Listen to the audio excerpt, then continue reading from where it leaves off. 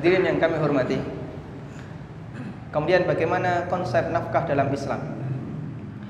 Nafkah dalam Islam diwajibkan oleh Allah Subhanahu wa taala karena 3 sebab. Yang pertama, karena pernikahan. Seorang suami wajib menafkahi istri karena pernikahan.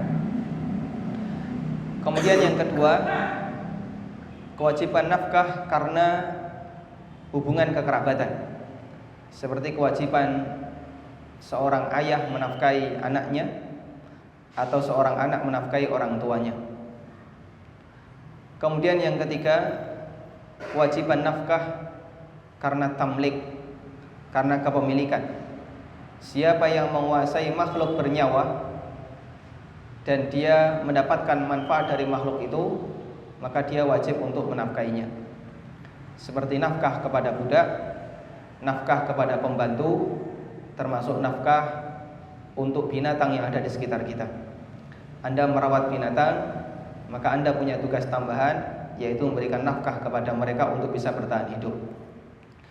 Dan nafkah disebut nafkah dari kata nafaqah yang artinya al-ikhraj wal infad, sesuatu yang dikeluarkan dan dia habis pakai. Ini pengertian nafkah secara bahasa. Sementara pengertian nafkah secara istilah adalah sesuatu yang diberikan kepada orang yang berhak untuk mendapatkannya dalam rangka mempertahankan hidupnya. Sehingga nafkah diberikan, tujuan besarnya adalah untuk mempertahankan kehidupan orang yang mendapatkannya. Kemudian hadirin makan Allah Subhanahu wa taala, ada beberapa catatan yang bisa kita berikan terkait masalah nafkah keluarga. Catatan yang pertama, bahasanya nafkah seorang suami kepada istri itu hukumnya wajib. Wajib atas perintah Allah dan berdosa jika dia meninggalkannya atas penegasan dari Nabi sallallahu alaihi wasallam dalam hadisnya. Ada beberapa dalil yang menunjukkan bahasanya nafkah hukumnya wajib atas perintah Allah. Dalil yang pertama adalah firman Allah Subhanahu wa taala di surat An-Nisa ayat 34. Allah mengatakan, "Ar-rijalu qawwamuna 'alan nisa bima faddalallahu ba'dahum 'ala ba'din wa bima anfaqu min amwalihim." Para lelaki, yaitu para suami, qawwamuna 'alan nisa. Mereka adalah pemimpin bagi para wanita, yaitu istrinya. Ada 2 sebab kenapa Allah Subhanahu wa taala menjadikan lelaki itu menjadi pemimpin bagi wanita. Yang pertama, bima faddalallahu ba'dahum 'ala ba'din.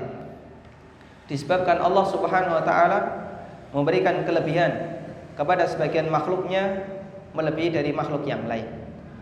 Artinya Allah berikan kelebihan kepada suami, kepada lelaki melebihi wanita. Karena kelebihan ini maka lelaki menjadi pemimpin bagi wanita. Dan dalam Islam, orang yang menyamakan lelaki dan wanita adalah kezaliman. Karena Allah Subhanahu wa taala telah tegaskan dalam Al-Qur'an, "Wa laysad dzakaru kal untha." Dan yang namanya lelaki itu tidak sama dengan wanita. Siapa yang mengatakan lelaki sama dengan wanita, berarti dia zalim. Karena Allah Subhanahu wa taala hanya menyampaikan dalam Al-Qur'an yang sesuai dan sejalan dengan keadilan. Dan bagian dari keadilan Allah Subhanahu wa taala, Allah nyatakan dalam Al-Qur'an, "Wa laysad dzakaru kal untha." Yang namanya lelaki tidak sama dengan wanita.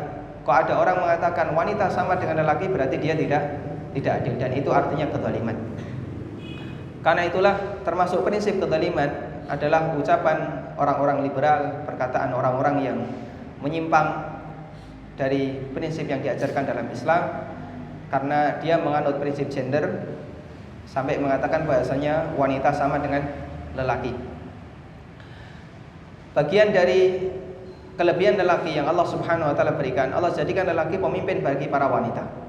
Karena itu suami adalah pemimpin bagi istrinya.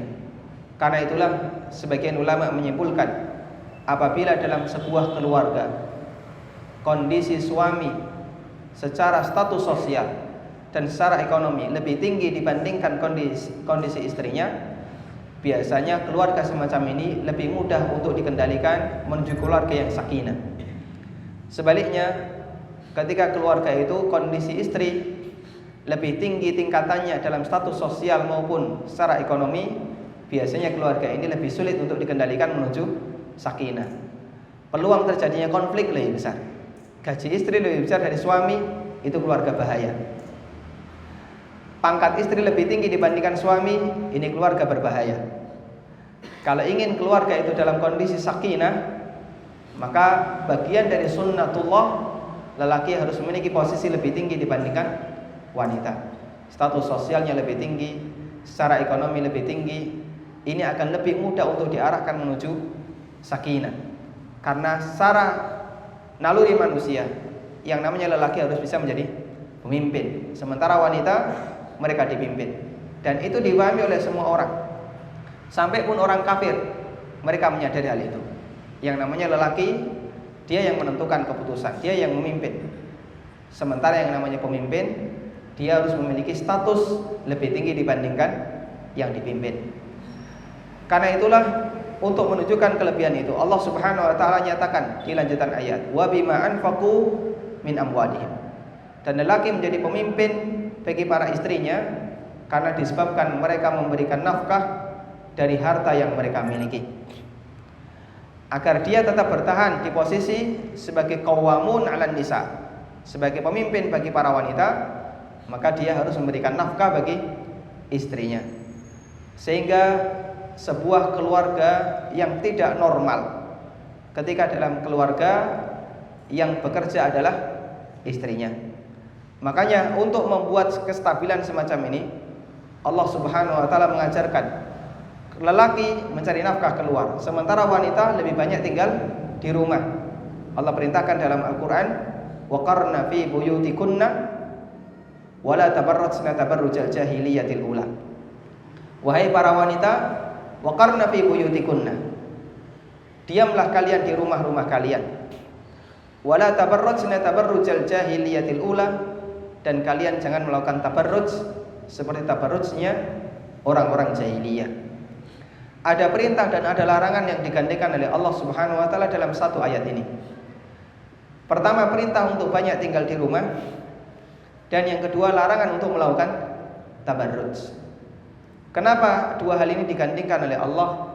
Kata sebagian ahli tafsir, karena umumnya ketika wanita itu sudah sering keluar rumah, bisa dipastikan dia akan tabarruj. Meskipun dia pakai pakaian yang memenuhi seluruh tubuhnya, meskipun dia menutupi seluruh badannya dengan pakaian yang syar'i, tapi kalau dia rajin keluar rumah, pasti nanti akan tabarruj.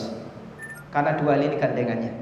Siapa yang rajin keluar rumah, wanita yang rajin keluar rumah, dia akan melakukan pelanggaran, yaitu tabarruj, seperti tabarrujnya jahiliyah, menampakkan keindahan badannya kepada lelaki yang lain. I'm happy, I'm a Muslim, that's what makes me happy, and that's the truth. Because I'm happy, because I have the noble Quran, and that's where I get my